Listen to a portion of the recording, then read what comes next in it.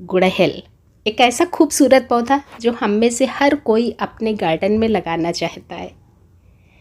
इन फूलों की खूबसूरती की वजह से ये पौधा खूबसूरत लगता है, पर अगर फूल खिलने से पहले ही कलियां झड़ जाएं तो हमारे सारे अरमान भी झड़ जाते हैं।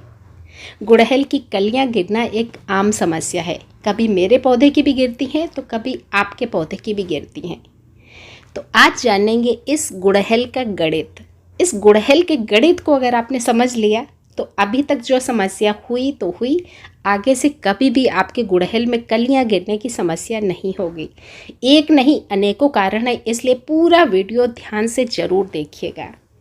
हर पॉइंट को अगर आपने अच्छे से समझा तो आपकी समस्या 100% सुलझ जाएगी। इसलिए वीडियो को अभी से लाइक कर दीजिए और अपने सभी उन लोगों को शेयर कर दीजिए जिनकी यही समस्या हो सकती है। चैनल से अभी तक नहीं जुड़े तो चैनल का हिस्सा बनिए, बेल आइकन भी ज़रूर दबाइए। नमस्कार, वेस्टी पर आप सभी का ढेर सारा स्वागत आज की एक आम समस्या के साथ।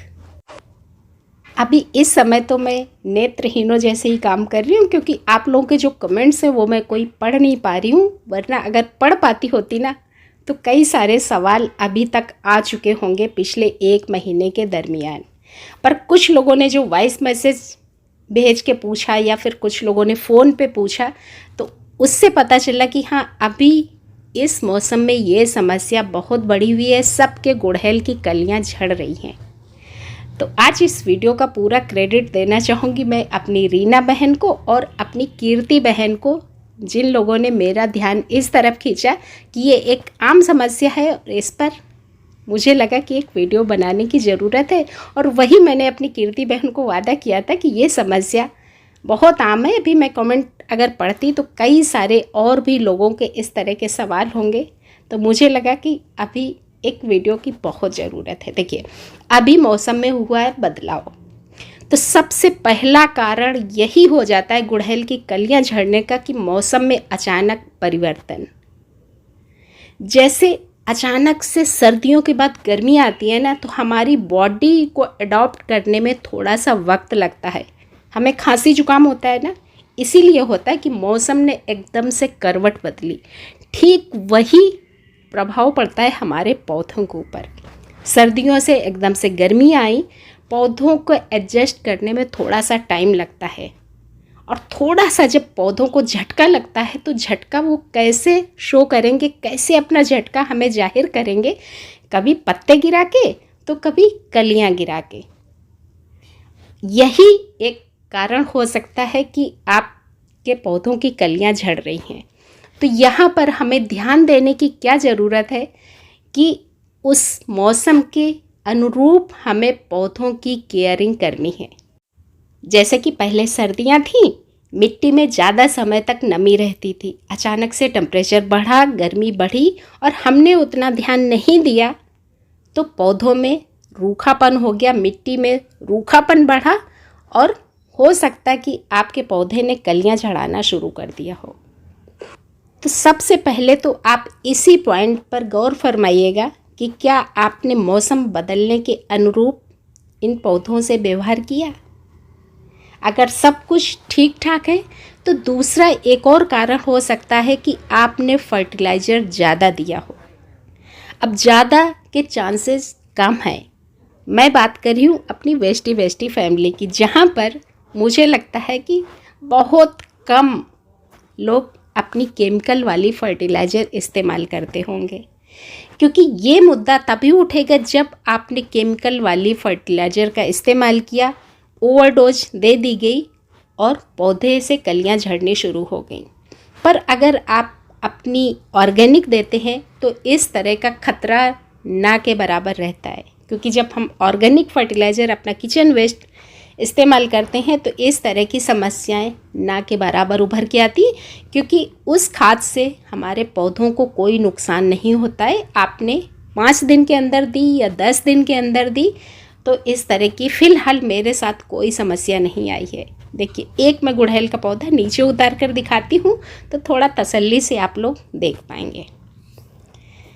अब अगर ये भी कारण नहीं है कि आपने इसमें ओवरडोज दी, फर्टिलाइज़र ज़्यादा दिया, तो तीसरा एक कारण हो सकता है कि आपने इसमें ओवर वाटरिंग करी हो, यानी कि ज़रूरत से ज़्यादा पानी दिया हो।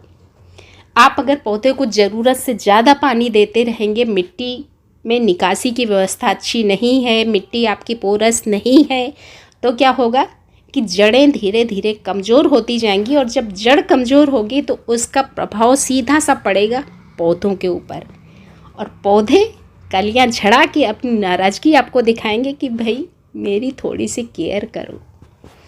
तो आप तीसरा पॉइंट ये ध्यान रखेंगे कि क्या आपने हमेशा मिट्टी को दलदल बना के तो नहीं रखा है। यहाँ पर देखिए, सिर्फ 8 इंच के गमले में मेरा ये गुड़हल लगा है, 10 इंच का गमला भी नहीं है। गुड़हल के पौधे को बहुत बड़े गमले की ज़रूरत होती भी नहीं है। 8 इंच के गमले में इसमें इतनी सारी कलियाँ बनती हैं और डेली 2-3 फूल खिल भी जाते हैं। अब मिट्टी में आपको दिखा रही हूँ कि इस तरह की मिट्टी इस पौधे के लिए अच्छी है। चौथा कारण हो सकता है कि आपने जितनी पौधे को ज़रूरत है उससे भी कम पानी दिया हो, वो भी एक पॉसिबिलिटी हो सकती है। जब आप पानी ज़रूरत से कम देंगे तो भी पौधा नाराज़गी दिखाएगा, पौधा ढीला ढीला हो जाएगा, और ज़्यादा रूखेपन की वजह से आपके पौधे की कलियां झड़ना शुरू हो जाएंगी। तो ये पौधा मैंने इसीलिए देखिए नीचे उतारा। मिट्टी देखिए, सुबह 7 बजे मैंने पानी दिया था, और अभी शाम का 6 बजे का वक्त है। पूरे 11 घंटे के बाद मैं दिखा रही हूँ, और पूरे 11 घंटे के बाद भी देखिए मिट्टी में नमी बरकरार है। गुड़हल के पौधे में इतनी नमी रखनी बहुत ज़रूरी होती है। मिट्टी को हमें एकदम से ड्राई नहीं होने देना है। अगर मिट्टी एकदम से ड्राई हो जाएगी तो भी पौधा इस तरह का रूखापन बर्दाश्त नहीं करेगा और कलियां झड़ाएगा।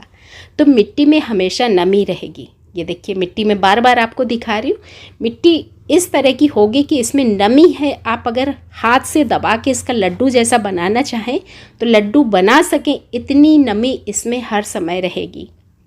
सुबह 7 बजे का पानी दिया, शाम के 6 बजे मैं दिखा रही हूँ, 11 घंटे के बाद भी इसमें नमी है। और अब इसमें शाम को मैं पानी नहीं दूंगी, मैं सुबह फिर इसमें 7 बजे पानी दूंगी। पर अगर आपका पौधा किसी ऐसी जगह पे रखा है जहाँ पर बहुत ज़्यादा तेज़ धूप लग रही है, उसकी नमी अगर उड़ रही है, तो आपको गर्मियों के मौसम में ज़रूरत है कि आप शाम को भी पानी दें।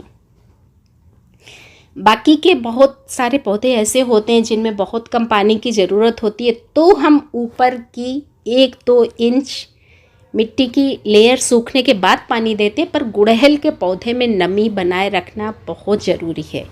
पर नमी का मतलब ये नहीं है कि मिट्टी दलदल हो जाए। तो आप ध्यान रखेंगे कि इसकी मिट्टी आपकी बहुत पोरस होनी चाहिए। बाकी सारा खाद वाद का तो सिस्टम आपको पता ही होगा कि जो हमारे फूलों वाले पौधे होते हैं तो इनमें हमें हर हफ्ते कुछ न कुछ खिलाना होता है। आपकी ऑर्गेनिक खाद है तो आप 4-5 दिन में भी खिलाएंगे तो भी कोई फ़र्क नहीं पड़ेगा। हाँ, केमिकल वाली फर्टिलाइज़र अगर आप दे रहे हैं तो उसके बारे में मैं आपको कुछ नहीं कहूँगी, क्योंकि मैं इस्तेमाल नहीं करती हूँ और ना ही मैं सजेस्ट करूँगी, इसलिए उसके बारे में मुझे कोई अनुमान नहीं है। मैं सिर्फ ऑर्गेनिक की बात कर रही हूँ कि वो खाद आप 5 दिन में देंगे तो भी आपके पौधों को कोई नुकसान नहीं होगा।